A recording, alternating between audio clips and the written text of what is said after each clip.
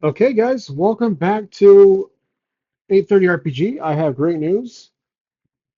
I was having some serious issues with AR Dungeons, so I've decided to go back to basics, and we are back to using pen and paper for continuing this campaign, Sector Void. This is episode 9, I believe, and a few things. This will be a transition episode, so not entirely full of story, but we're going to do some content conversion.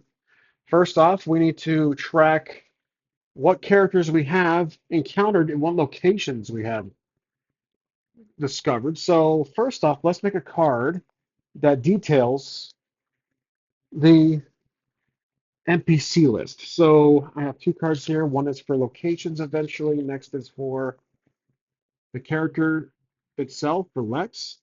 So NPC list. We have we of course have Rowan, leader of the starship. I remember they're called the Starship Marauders. I'm going to change that, and we're going to call them the Starship. I can't say Troopers. That's a movie. I was thinking Starship Troopers. Starship Travelers. The Starship Guild. We'll call them the Starship Guilds. I'm going to butcher the word Marauders over and over, and I'm writing down. So I think Starship Guild will be a little better. Plus, we'll do a faction list too. Next is Tark. He's right below Rowan. He is the turncoat, but he was the engineer. Now, let's see, turncoat, spy. Oops, spy for uh, Riley Gambit. So that's just a little mention there. There were several other members of the team, but I'm not too focused on them right now. It's mainly just Rowan and Tark. Next, we have of course Stargreen, who is a mentor of Lex, old comrade of Lex. Then we have Riley Gambit. He is pretty much a rival of Stars. He's a leader of the Gray Merchants. Leader of Gray Merchants. They are a group of mischievous space merchants, traders, etc. And he has spies apparently. Riley Gambit. And then there was Harlan. He is a inventory. Let's see, inventory specialist. Kind of a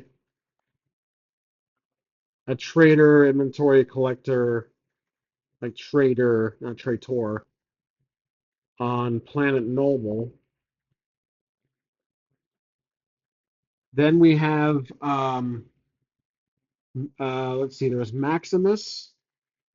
He was the leader of the Legion, if I recall correctly, Legion.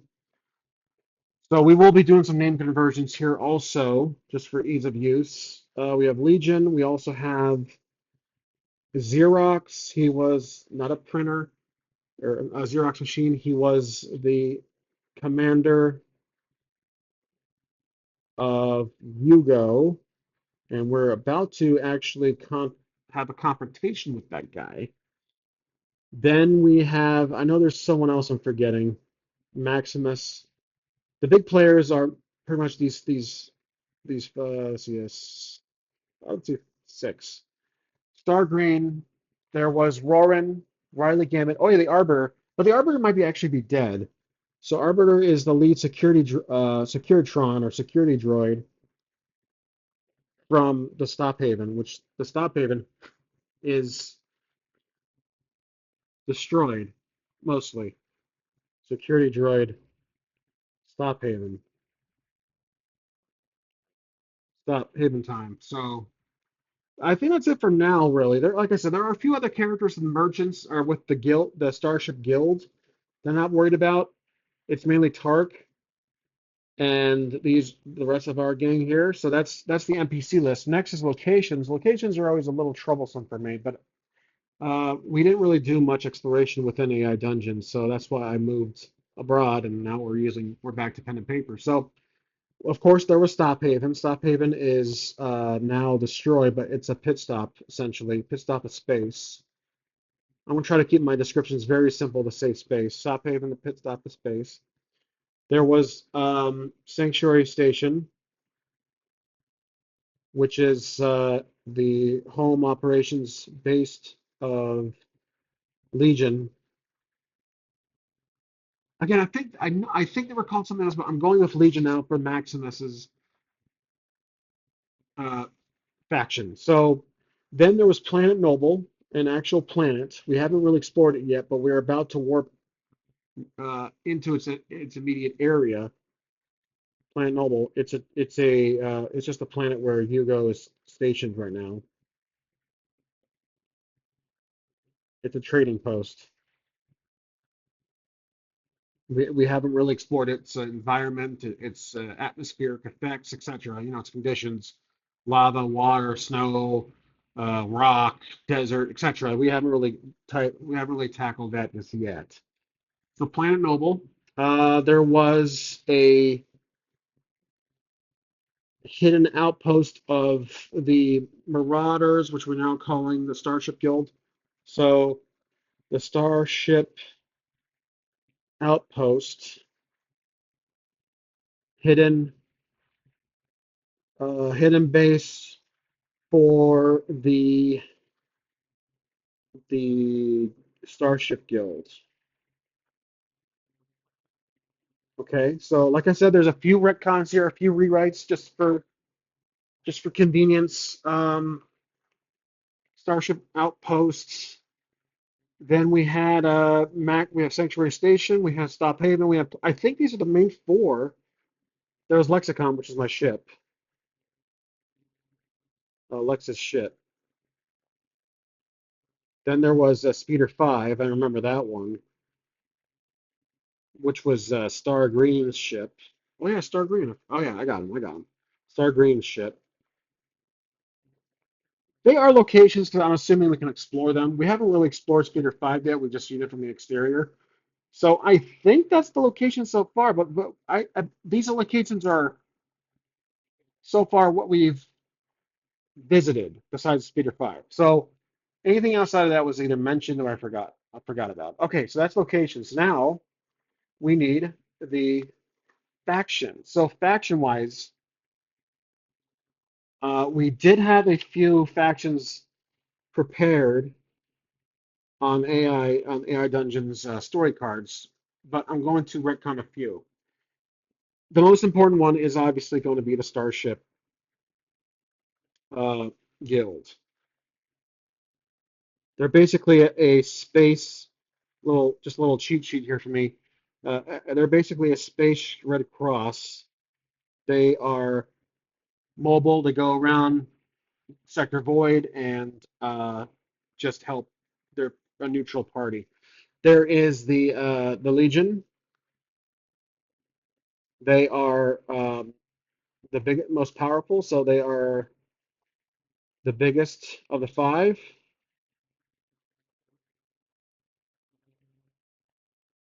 led by Maximus himself. There is so this is the one.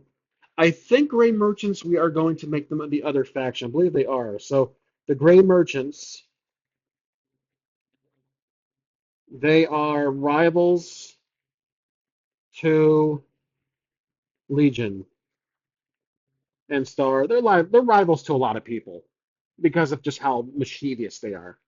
And so led by I'm going to say they were led by Riley Gambit, who I also have on my list here. Riley Gambit. Excuse my poor handwriting, but I'm just rolling with it. Three was I don't think we've really talked much about the rest of the big five, but these are the big five families. We have Starship Guild, we have Legion, Grey Merchants. I'm going to say we're going to do the protocols. Protocol. Let's do Protocol Gold. They are no. I'm sorry. Actually, you know what? Protocol Laxatus. Protocol Laxatus. That's the name of the guild. They are going to focus on. They are resource miners, resource gatherers, miners. Make sure I'm spelling the correct miner word there. Um, they like to trade, sell, buy, etc. They're not very offensive. They're not very aggressive. Then we have the fourth one, Protocol Laxivus. We also have the shader, the Shader Sons. They are a let's see, how is Shader Sons going to be? I would think of spies, but I think the Gray Merchants are kind of they are spies. Um, yeah, spies. Shader Sons are going to be tech very advanced. Let's say that they're located on like what do we? I want each organization to specialize in something. Each fact. Oh, you know, water. So water, energy, food. They basically gather vital resources, which might seem redundant because these guys focus on items and tech. These guys focus on vital resources that are edible, you can drink them, uh, energy itself. The fifth faction will be this. No, this is the big five. Will be not necessarily Stop Haven, but I want to say the Garlots. The Garlots. They are going to be a very small faction, bound. Maybe perhaps they are a cult. Let's say they're a cult of worshippers, and they actually believe they worship blood money, which is a resource that is on Yugo's to-do list. They worship blood money as an actual god. So Garlots are the religious one. I wanted to have one in there. Okay, that's going to be our list of NPCs, locations, and the factions. So we have those three written out. All right, I have those over here to the side, just in case I need them for quick response. And now, most importantly, we have our character. So we have our character sheet. I think I might do the character sheet on a pencil because it will change from time to time. Let me get a pencil really quick. That's something we'll have to, because health and such like that. If our character gets hurt, but still, the pen I prefer. Writing, everything else. All right, our character name is going to. So this is our character sheet. This is our character, and his name is Lex. His ship is Lexicon, which I might actually have to use a pencil for that because I could change. You never know. I'm not foreshadowing anything, I swear. And we will be using my rules. So I do have a separate video of my rules in case you guys are curious. Pause the video now. It's before the Sector Void started, my video list. It's called Dice RPG, and it's simply, I think it's a workshop video. It says my new other RPG rules. So for character, what is their name? What is their backstory? We never really dove much into Lex's backstory. So I'm going to say that he was a protege of he was perhaps, let's say this is going to be his backstory. I could probably use a pen for this part. Um, Backstory. I'm going to say he was a typical orphan, uh, was a worker at a young age, mind. He small town, like an outpost, a thief, perhaps some misfortune story in there, but then was adopted by Star Green. Kind of like the Yondu story, not kidnapped by his parents, but Yondu took in Star-Lord and raised him as his own, taught him everything he knew. So I'm gonna say that's kind of what our backstory is. So we were an orphan worker, mind, small town thief, and then Star Green picked us up. Profession. Our profession, we're obviously we are a trader. We're a delivery. We're basically a delivery boy. We're a transporter. We're going back to that again. So we are a transporter for now, or at least in space there. Then we have to choose what are they good at. Our character is good at, well, we're good at piloting. Based on everything that's happened so far, what are we good at? So I'm gonna put as qualities, but there is only one in my rules, if I'm looking at this correctly. I haven't any rules. Again, my rules are always ongoing, being updated. I haven't really changed much since that video, so oh, wait, I did switch the game to roll over D20, not roll under. So everything's flipped as far as what you need to beat or match. So what is my character good at? I think he's good at, he's not lucky per se, but I think he's good at piloting. So piloting perhaps will be a good trait. Let's do two. I'm gonna change my rule and say what are two things they are good at.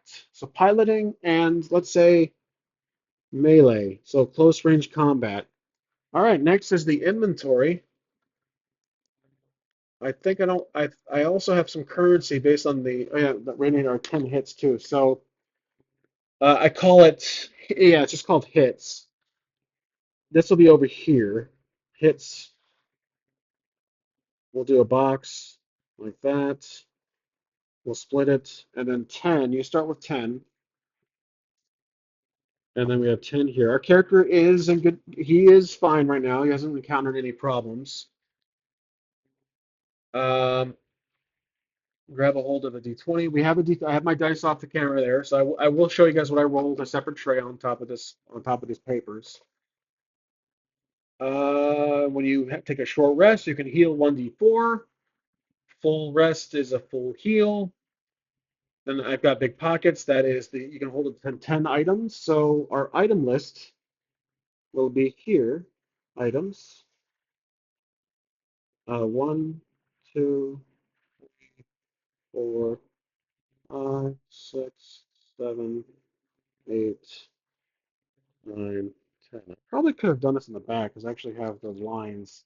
That's okay. Whatever. All right, so we need 10 items, 3 useful. We don't have the jammer. The jammer currently is in the hands of Riley Gambit, but we do have currency. We didn't really talk much about currency, but I'm going to put this right here, currency.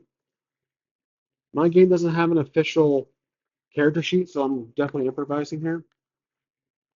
Currency, we're going to go, credits. I'm going to say 100 credits.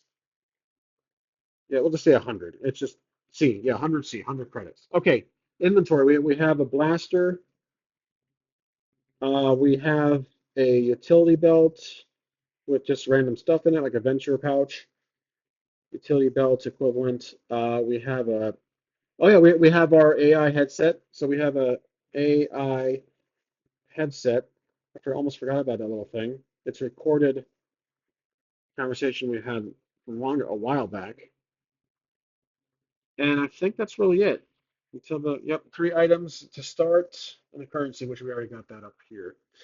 So now, just to go over the rules with you guys before we jump into the continuation of Sector Void, what I changed was everything so far, it hasn't been much in changing. I actually added an extra, what are 2 things that they are good at?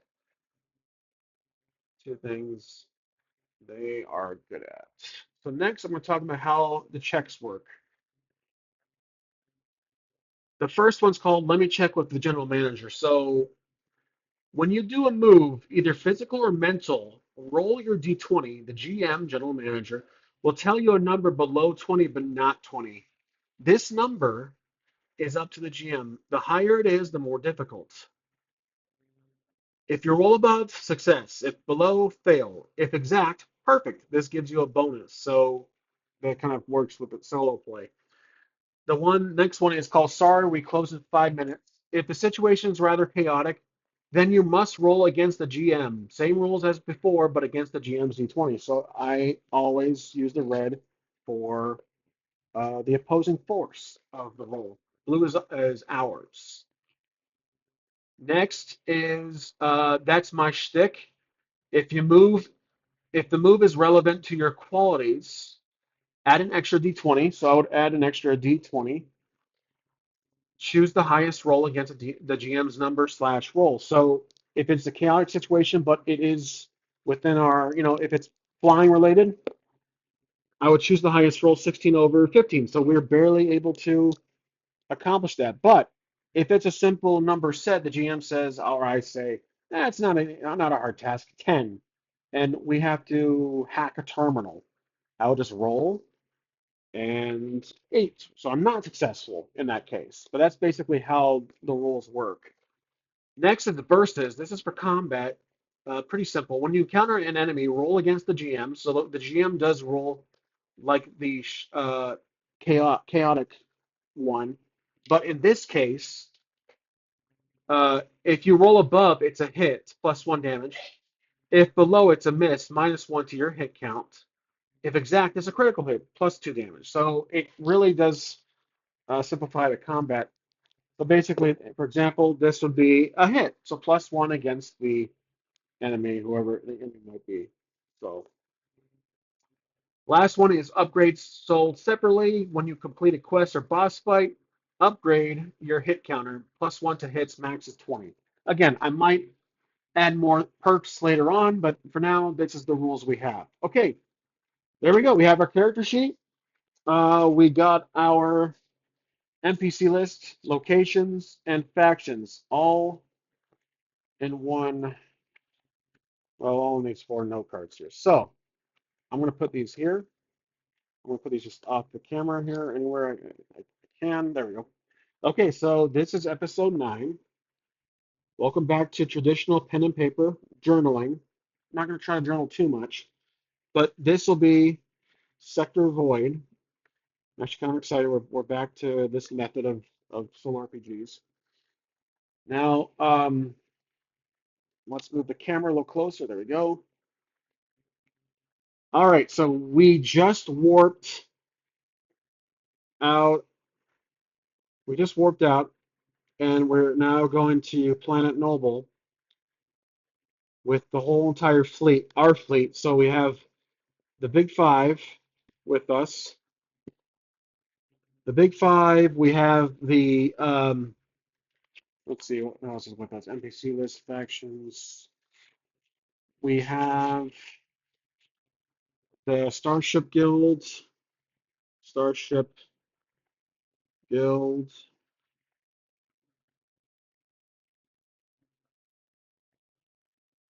Starcross, Starship Red Cross. Okay, and then we have right. Yep, the Big Five, us, Lexicon, and Star Green. This is the Speeder 5. Okay, we just warped out.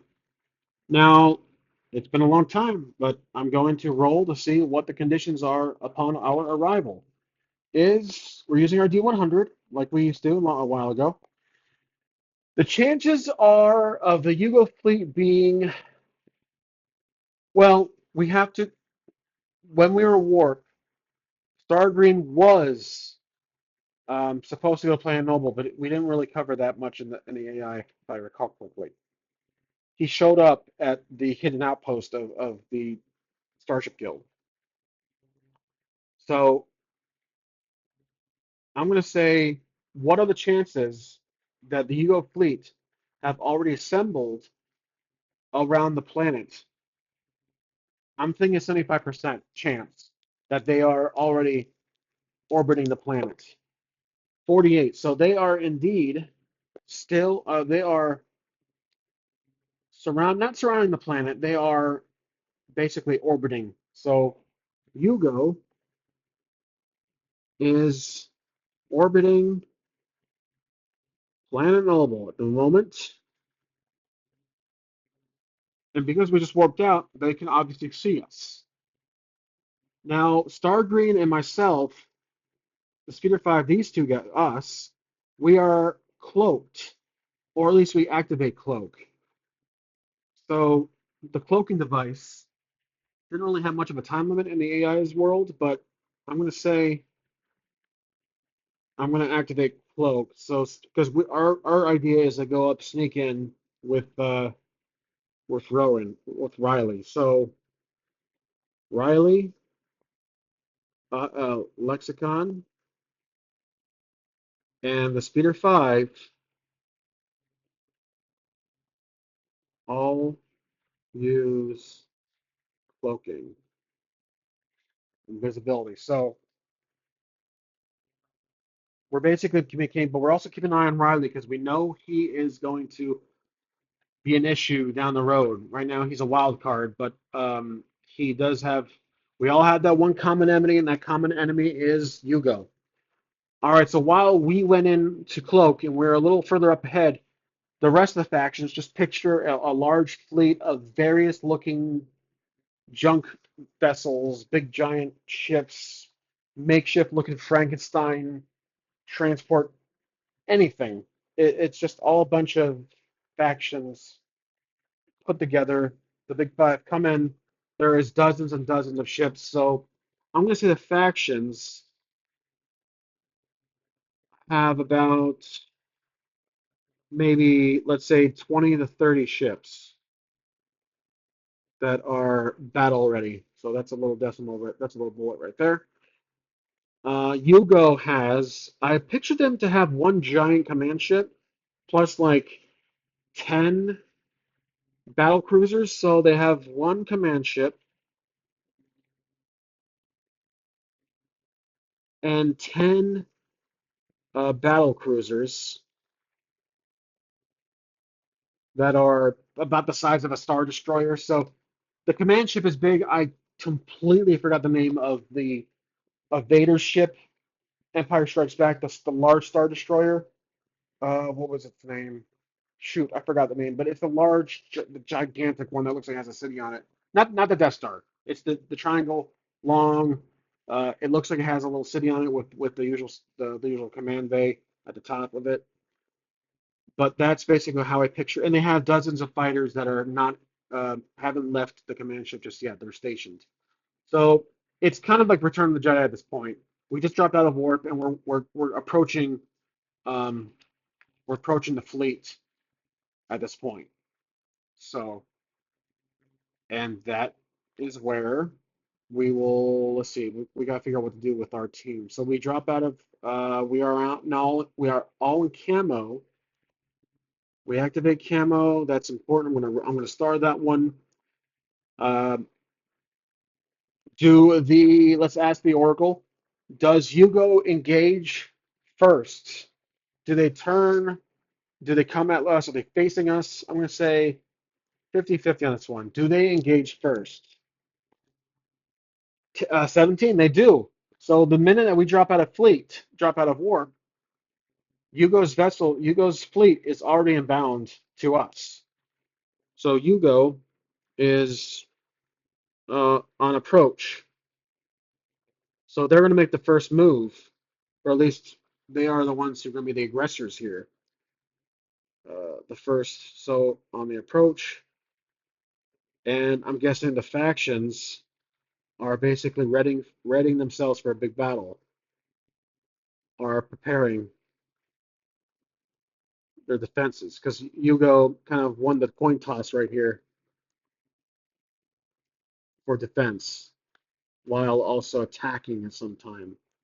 Okay, well there you go.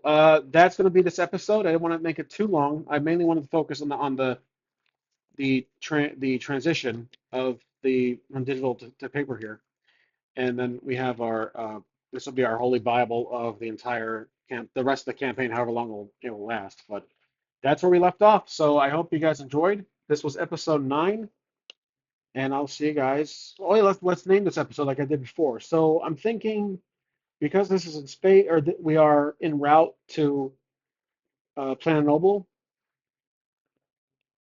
I'm going to say the approach. So we call it the approach.